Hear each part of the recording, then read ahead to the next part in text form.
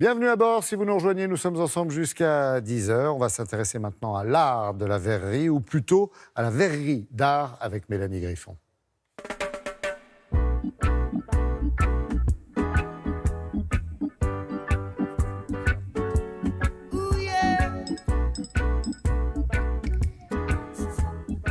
Oh yeah.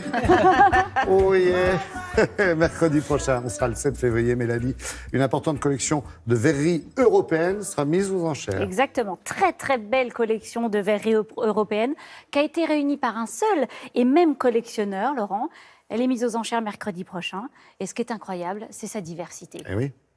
Parce qu'en fait, vous allez voir, toutes les œuvres que l'on va voir proviennent des trois principaux foyers de production du XXe siècle. Donc la France, bien sûr, l'Italie, forcément, et puis la Scandinavie. On a quelques noms qui résonnent comme ça, de sites bien célèbres et connus. Ouais. Exactement. Et la Scandinavie aussi. Ah oui, la Scandinavie. En fait, cette collection, elle montre à quel point l'Europe, y compris la Scandinavie, à cette époque-là, dominait en matière de verrerie. Alors, vous allez voir des pièces somptueuses et vous allez voir surtout que le verre est une matière assez extraordinaire qui fait rêver. On s'imagine facilement les souffleurs de verre dans leurs ateliers qui travaillent cette matière finalement de 1000 façons différentes parce qu'ils le soufflent bien sûr, mais après ils peuvent le tailler, y inclure des bulles d'air, de l'acide, des oxydes métalliques qui finalement permettent une création sans fin. C'est vraiment un matériau qui n'a pas de limite. La seule limite, à la limite, c'est l'imagination de l'artisan. Voilà, c'est ça.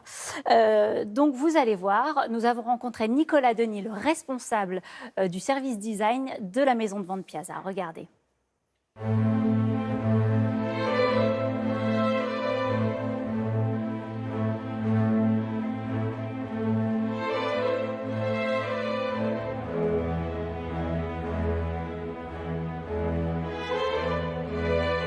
L'Italie, c'est un pays qui a une approche presque romanesque de sa culture.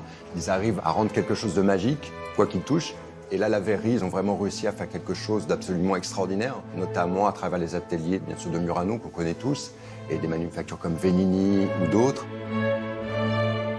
Cette création de 1954 de Paolo Venini est une pièce particulièrement délicate et particulièrement riche, notamment dans son décor abstrait, en relief, un petit peu géométrique. Vous sentez donc cette densité, cette finesse.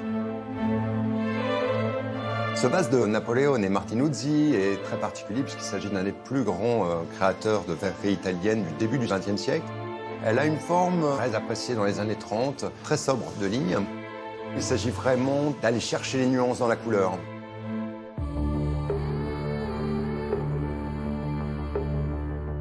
Pour la production française de cette collection, il s'agit d'un ensemble des années 20 ou des années 30 composé de pièces issues de la manufacture d'Aume.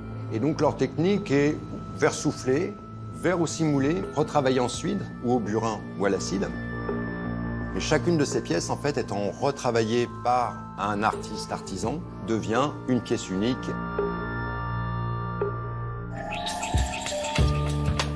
Ce vase baobab est une prouesse technique par verre multicouche qui a été ensuite gravé à l'acide.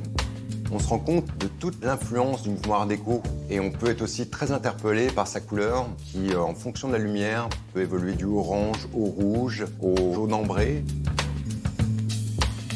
Sur cette pièce, ce qui est intéressant, c'est l'intervention de l'artisan sur le verre en lui-même, puisqu'il l'a gravé au burin, comme un sculpteur en fait pourrait intervenir sur du marbre ou sur du bois.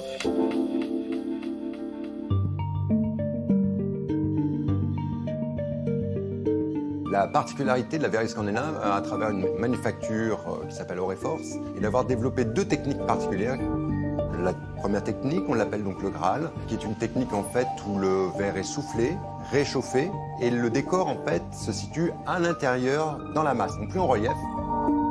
La deuxième technique, il s'agit de la technique dite Ariel, où l'artiste va contrôler l'inclusion de bulles d'air dans la verrerie, ce qui va là aussi avoir une influence capitale sur le décor et sur la densité, encore une fois, de la matière en elle-même.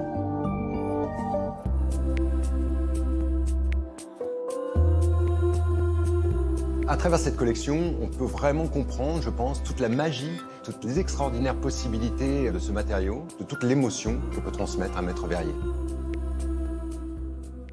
Alors là, Mélanie, merci, parce que grande découverte, notamment concernant cette verrerie scandinave. Je ne savais pas que ça existait. Qu'est-ce que c'est beau. Magnifique. C'est magnifique. Et même technique que les Italiens, non, que toutes les les Français. techniques sont différentes, vous l'avez Ouais. vu. Mais ce qui est génial, c'est qu'en fait, on ne peut pas vraiment savoir tout sur les techniques parce que les maîtres verriers sont très avares de leurs Les secrets. apprentis sorciers. Voilà, non mais c'est ça, ils gardent jalousement leurs petits secrets sur les techniques qu'ils utilisent. Donc c'est ça aussi qui fait la magie de cette matière. Et vous avez vu, on est vraiment, c'est un mix, un mélange entre les arts décoratifs, l'artisanat et la création artistique finalement, et ça donne vraiment des pièces C'est ce qui somptueuses. donne la richesse aussi de cette exposition. Exactement. C'est exposé, c'est une exposition qu'on peut visiter. Une exposition qui a lieu en ce moment chez Piazza jusqu'à mercredi, et la vente a lieu dans la foulée mercredi. Mais c'est Voilà. magnifique. Merci beaucoup.